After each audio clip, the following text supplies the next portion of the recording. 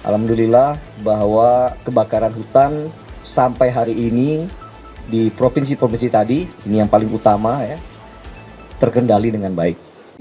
Sekaligus perencanaan Karhutla, kebakaran hutan dan lahan pada tahun 2025. Terima kasih kepada Kepala BNPB yang hari ini menjadi tuan rumah dan menjadi tuan rumah yang baik, menghost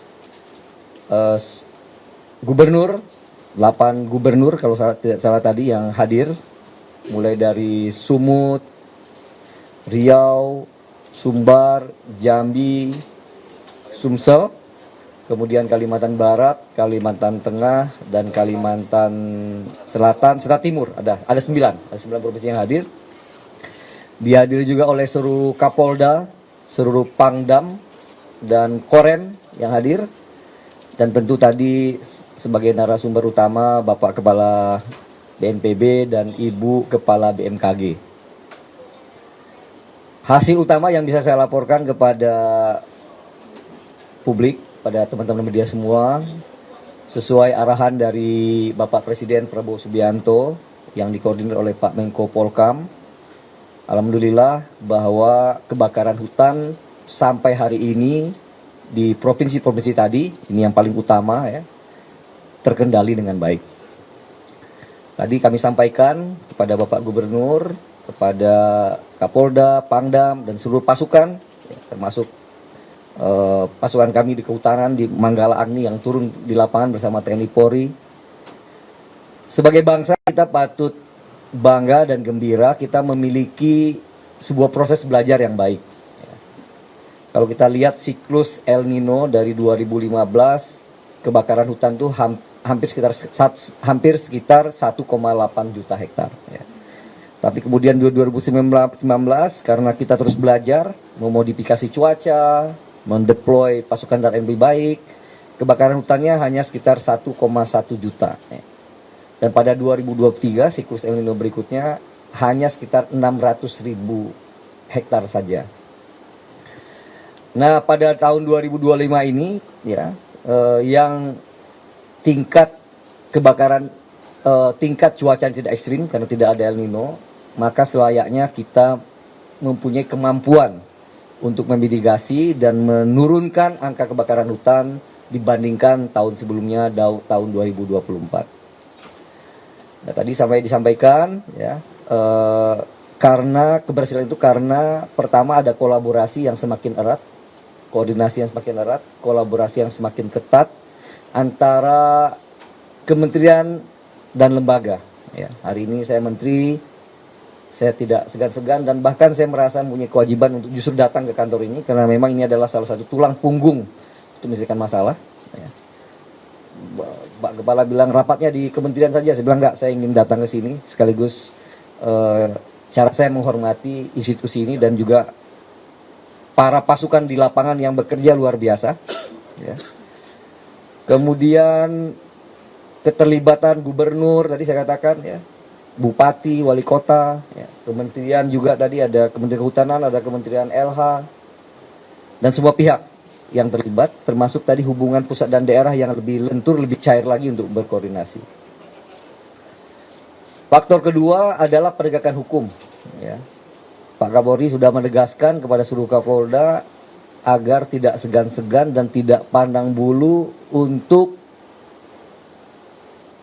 menegakkan hukum, menangkap ya, para pembakar hutan baik itu level korporasi maupun masyarakat. Di Riau tadi sudah dilaporkan ada 43 kasus dan 51 tersangka.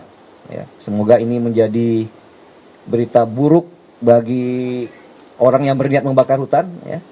Sehingga tidak hanya di Riau, di Jambi, di tempat lain jangan pernah main api karena api akan membakar dan akan membuat yang melakukan akan diproses secara hukum.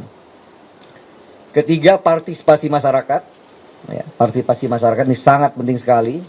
Sekarang terbentuk masyarakat peduli api di berbagai macam tempat di Indonesia. Semua sudah punya, jadi masyarakat juga ingin terlibat. Pramuka, mahasiswa juga terlibat di masyarakat peduli api ini.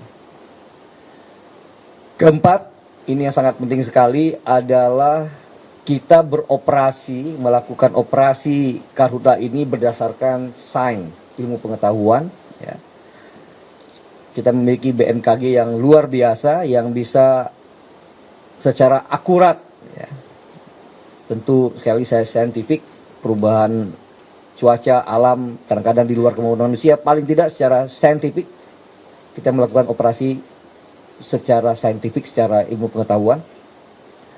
Dengan indikator-indikator misalkan tadi curah hujan. Ya. Kalau curah hujannya sangat rendah, maka kita harus berhati-hati.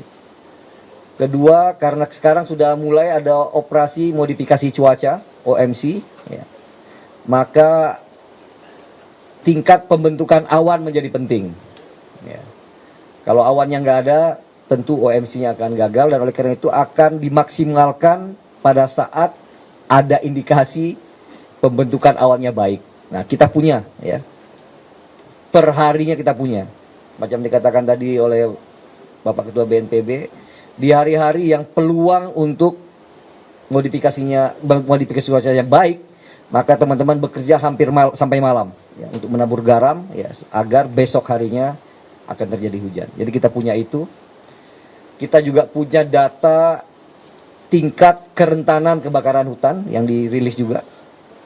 Jadi kalau hujannya rendah, pembentukan awannya rendah, kemudian tadi tingkat potensi kebakaran, kekeringan, ya, kebakaran lahan hutan dan lahannya tinggi, ya, maka tentu harus waspada karena kebakaran hutan akan terjadi. Kemudian intervensinya adalah dengan mengerahkan pasukan darat, TNI, Polri, Manggala Agni, ya, teman-teman masyarakat peduli api tadi akan dimobilisasi ke tempat-tempat yang berbahaya tersebut. Riau, ya, yang kemarin sempat tercatat menjadi satu daerah yang ditetapkan oleh gubernur sebagai darurat, tanggap darurat, dari status awalnya siaga darurat menjadi tanggap darurat, ya, dengan kerjasama sekali lagi antar KL yang baik, pusat dan daerah. Dalam waktu kurang dari 1 minggu per hari ini tercatat di Sipongi maupun di alat pemantau lainnya, Lancang Kuning, potensi hotspotnya, ya, atau fire spotnya sudah 0. Ya. Jadi ini alhamdulillah sekali lagi perlu saya highlight lagi bahwa kebakaran hutan per hari ini terkendali. Ya. Tapi tadi diingatkan oleh Bapak Kepala BNPB dan juga Ibu Kepala BMKG, 10 hari pertama Agustus, ya, hampir di semua provinsi adalah warning, peringatan, karena tadi kombinasinya curah hujan kecil, rendah, pembentukan awan rendah, sulit karena awannya tidak ada, ya, dan tingkat kekeringan lahan, ya, tingkat potensi kebakaran hutannya tinggi. Nah, nanti kami mohon diberitakan, diwartakan dengan baik kepada masyarakat kita oleh teman-teman media. Kami minta tolong agar sekali lagi di awal Agustus, ya, 10 hari pertama Agustus, kita harus bahu-membahu bekerja sama agar tidak ada potensi kebakaran hutan.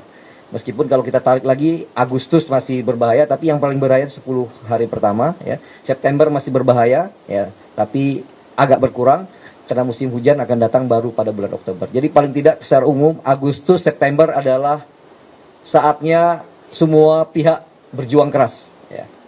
Semua pihak harus berkontribusi untuk meminimalisir bahkan mentiadakan karhutla di Indonesia. Sekira demikian dari saya.